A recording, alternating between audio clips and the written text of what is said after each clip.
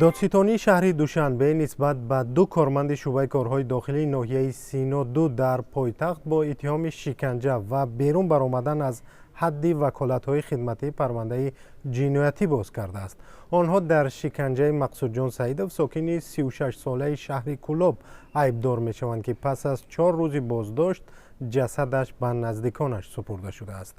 این خبر را دو منبع رادیو آزادی در مقامات تفتیشاتی و دوستان مقصود جان سعیدov تصدیق کردند.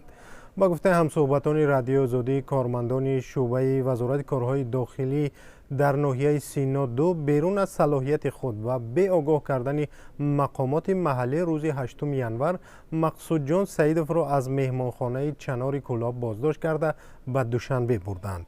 یک تن از همصحبتان رادیو آزادی گفت که در انگشتان پای سعیدov آثار سوختگی دیده شده است که احتمال در پای سیم برق گذاشتن پیدا شدند. سازمان های حامی حقوق پیشتر گفته بودند که برخی کارمندان مقامات انتظامی تاجیکستان برای به دست آوردن اعتراف به بدن بازداشت شدگان برق میگذارند تا آنها انجام دادن جنایت را بر دوش گیرند.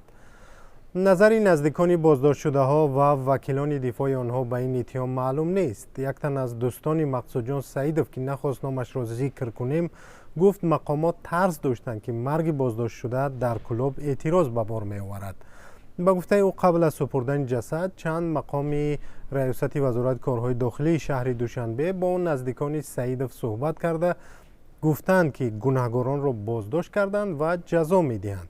از آنها خواسته شده است که اعتراض و شکایت نکنند. پیشتر از این مرگ عبدالقهار رازقov یک ساکن دیگر شهر کلاب در اداره میلیسا در ماه ینور سال 2023 اعتراض ساکنان این شهر را به بار آورده بود. آن زمان مقامات به نزدیکان این جوان وعده داده بودند که اعتراض نکنند شکنجهگران را جزا خواهند داد. دادگاه 3 افسر پلیس را بعداً در شکنجه رازقov گناهکار دانست و هر کدام آنها را به 14 ساله زندان محکوم کرد.